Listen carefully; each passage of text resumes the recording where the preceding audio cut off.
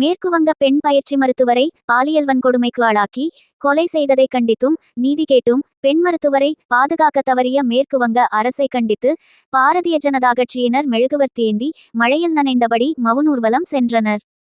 திருச்சி மாவட்டம் மணப்பாறையில் திருச்சி புறநகர் மாவட்ட பாரதிய ஜனதா கட்சி சார்பில் மாநில பொதுச் செயலாளர் கவிதா ஸ்ரீகாந்த் தலைமையில் மாநில மகளிரணி செயற்குழு உறுப்பினர் தனலட்சுமி, மகளிரணி மாவட்ட தலைவி கௌரியானந்தன், மாவட்ட துணைத் தலைவர் லலிதா அழகப்பன், நகர தலைவி சாந்தி முத்துகிருஷ்ணன் ஆகியோர் முன்னிலையில் கோவில்பட்டி சாலை காமராஜர் சிலையில் இருந்து ஊர்வலம் புறப்பட்டது.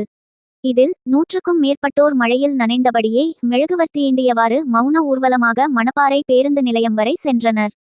இதில் மணப்பாறை நகர தலைவர் கோல்டு கோபாலகிருஷ்ணன், ஓபிசி மாவட்ட துணைத் தலைவர் பாலசுப்பிரமணியன், நகர பொதுச் செயலாளர் சுரேஷ், நகர ஓபிசி தலைவர் பாண்டியன், மாவட்ட செயற்குழு உறுப்பினர் லட்சுமணன் உள்ளிட்ட பாஜகவினர் கலந்து கொண்டனர்.